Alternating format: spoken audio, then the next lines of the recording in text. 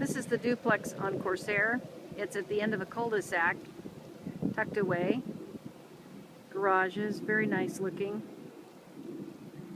This complex is fourplexes.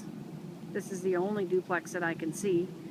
These fourplexes, I believe, are mostly 2-bedroom, 2-bath units. When they were built, most of them were in the mid to high 400s. There's the tank farm. I don't know exactly what they call it. I call it a tank farm, down at the end of the street. It's actually across the street and accessed from a different street than where we are, but it's all fenced off. They store gasoline in there. It's shipped in from out of state. My understanding is they hold it in those tanks, and then you know, the fuel companies come, like Flying J and stuff like that, and pick up their fuel and deliver it. The HOA for this complex is $200 a month. What's interesting is that the $200 a month covers not only the landscaping, the sprinklers, blowing the sprinklers, snow removal, but it also covers the building, the exterior of the building, including the roof and the siding. Does not include the windows. So if this roof needed to be replaced, it would actually be replaced by the homeowners association. I'll walk around the back of this building. Hopefully they're not home so I don't freak them out.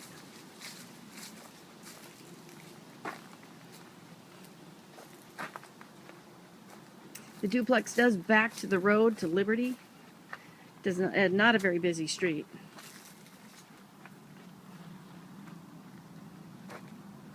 You can see around the edge of the fence in the backyard. It's mostly fenced, but not completely. You can see around the back of it here. Okay, so inside the fence, that's the other unit. So they're mostly separated. It has vinyl siding.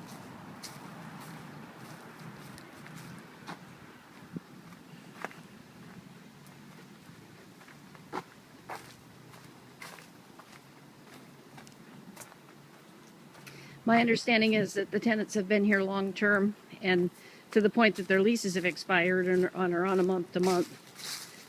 The owner, the listing agent, said his understanding is the owner does pay the water. At this point, there's 1 meter for water. Doesn't mean that the water couldn't be allocated back to the tenants after purchasing it, especially if their leases have expired and they're on a month to month. Then there's the option to raise the rent, continue to pay the water, or to just charge them back the water and leave the rent the same. There are lots of options to do that. But he indicated that they've been good tenants and they appear to want to stay.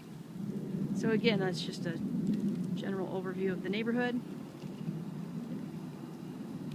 Very nice looking neighborhood. This is very near the mall, the Boise Town Square Mall, all the major shopping areas. Very near the connector, which is I-184 into downtown Boise, and extremely close to St. Alphonsus Regional Medical Center. It's probably not 2-3 minutes away from here. So it's a very good central location, good freeway access, a good shopping access. It's a nice complex.